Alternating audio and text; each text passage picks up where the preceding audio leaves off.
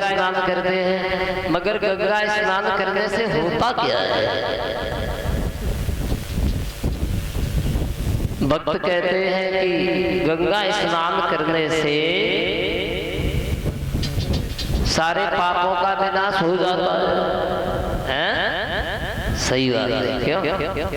गंगा स्नान से सारे पापों का विनाश हो जाता है। एक बार भोले बाबा बैठे रहे और माँ पार्वती उनके साथ में बैठी। महा की मकर संक्रांति के दिन लोग बड़ी भीड़ भाड़ से गंगा स्नान करने जा रहे हैं। भीड़ भाड़ से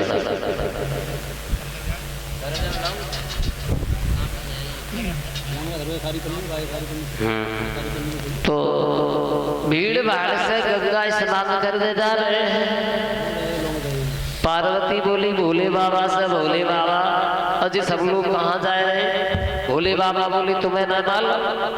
बोले हमें कहाँ मालूम जी कहाँ जा रहे? तुम्हें न मालूम? ये सभी गंगा स्नान करने के लिए जा रहे हैं। पार्वती बोली जब बताओ गंगा स्नान करने से इतनी लोग भीड़ से जाते हैं, लेकिन होता क्या है? भोले बाबा बोले होता नहीं तो फिर वैसे ही जाते हैं। बिल्कुल होता है। बोले क्या होता है? मैं ऐसे नहीं मानूंगी। भोले बाबा बोले कैसे मानोगी? कि हमारी जांच करवाओ। बोले जांच कैसी जांच करोगे? भोले बाबा माँ पार्वती दोनों लोग आपस में बातचीत कर रहे कि मैं ऐसे विश्वास नहीं करूंगी। शंकर जी बोले सुनो हमारे साथ चलिए। बोले कहाँ? गंगा तट पर। मैं तुमको विश्वास दिला दूंगा गंगा नहाने से फल क्या मिलता है। भोले बाबा और माँ पार्वती दोनों लोग गंगा तट पर पहुंचे और शंकर जी ने गंगा पर पहुंच करके कोड़ी का रूप धारण कर दिया। कोड़ी बन गए। सारे शरीर से मबाद निकल रहा है, मक्खियां शरीर को घेर रही है।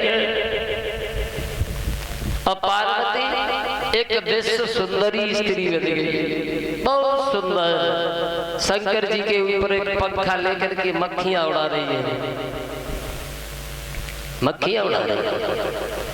और शंकर जी कोड़ी का रूप धारण करके बैठे हैं गंगा तट पर। एक पुरुष आया, सुंदर सी स्त्री को देखा, गजब हो गया।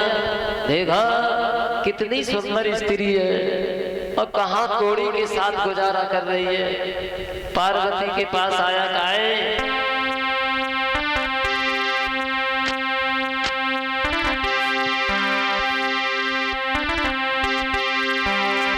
अरे फूलन से खिली फूलवारी है,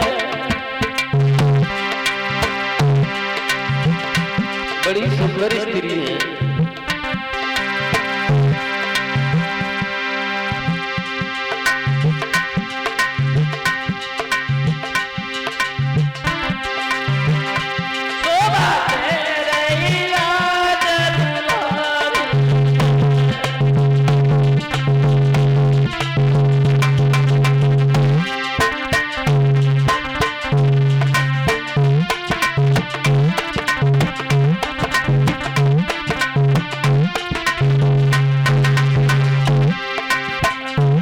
बड़ी सुंदर स्त्री बैठी हुई है।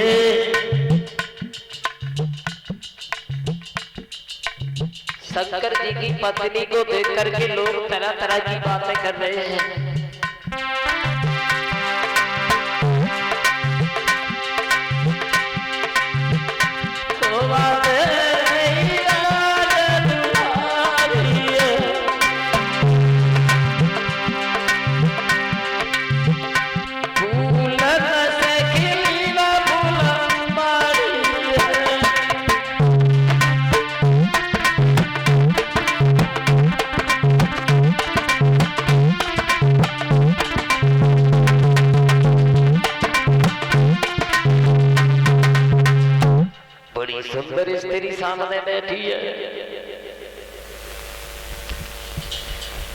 एक पुरुष आया काय, जब बताओ तुम्हारा पति ये कोड़ी है और तुम इस कोड़ी के साथ में गुजारा कर रही हो, काहे को गैर मतलब में यहाँ पर जान गंवाई रही हो और हमारे संग चलो, मेरे पास बहुत दौलत है, जिंदगी भर तुम मजा करोगी। पार्वती बोली भगवान चले जाओ यहाँ से, मेरा पति कैसारी है, चाहे कोड़ी है, चाहे कैसा है, वो मेरे लिए भगवान के बराबर है, नहीं जाऊंगी।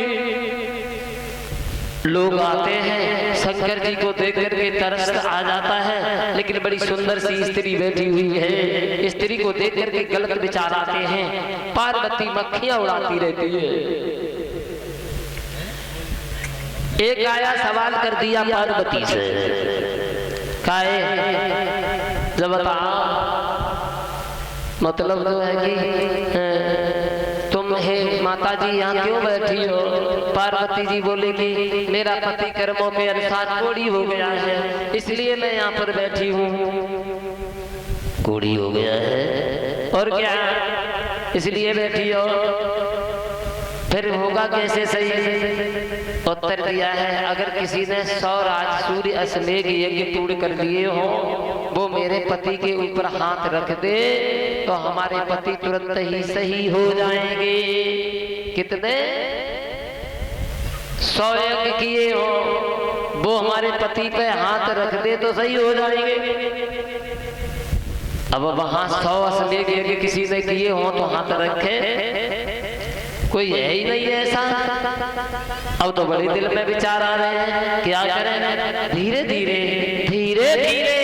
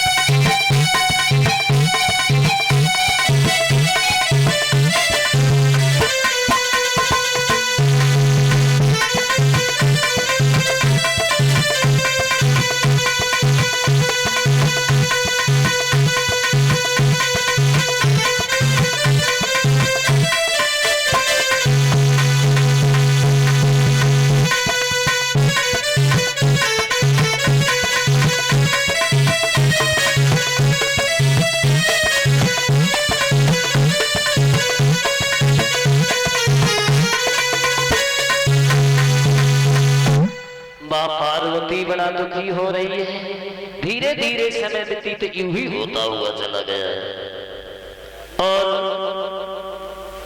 सुबह से शाम हो गई, लेकिन कोई ऐसा नहीं आया जिसने शंकर जी की समस्या को पूर्ण किया हो। धीरे धीरे समय व्यतीत यूं ही होता चला जाता है। एक पुरुष आ गया, पार्वती से उत्तर दिया है, माँ यहाँ क्यों बैठी हो? बोलो माँ काहे को बैठी हो? उत्तर दिया, लाला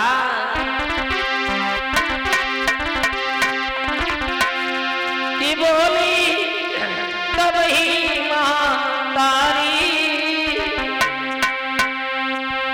शंकर की मात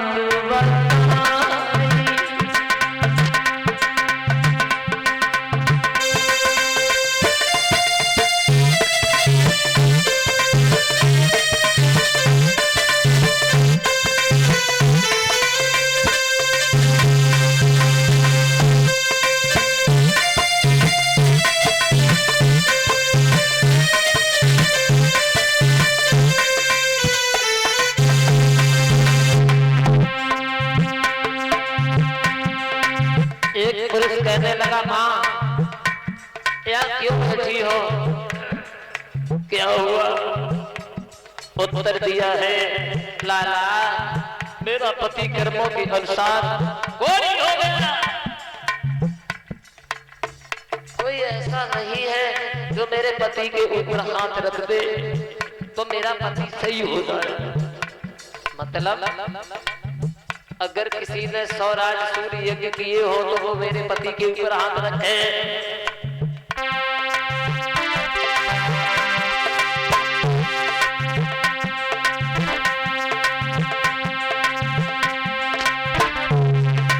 पार्वती मन में हरि साई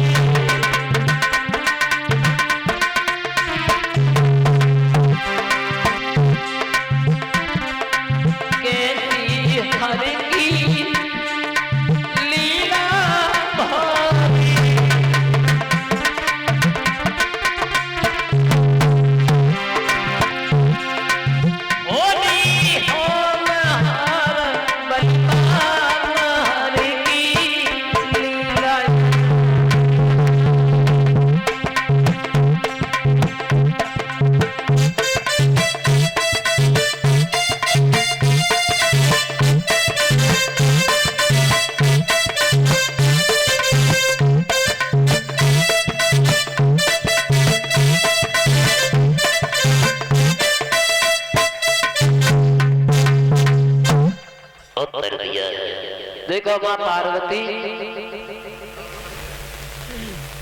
दोनों हाथ जोड़े, माँ एक बात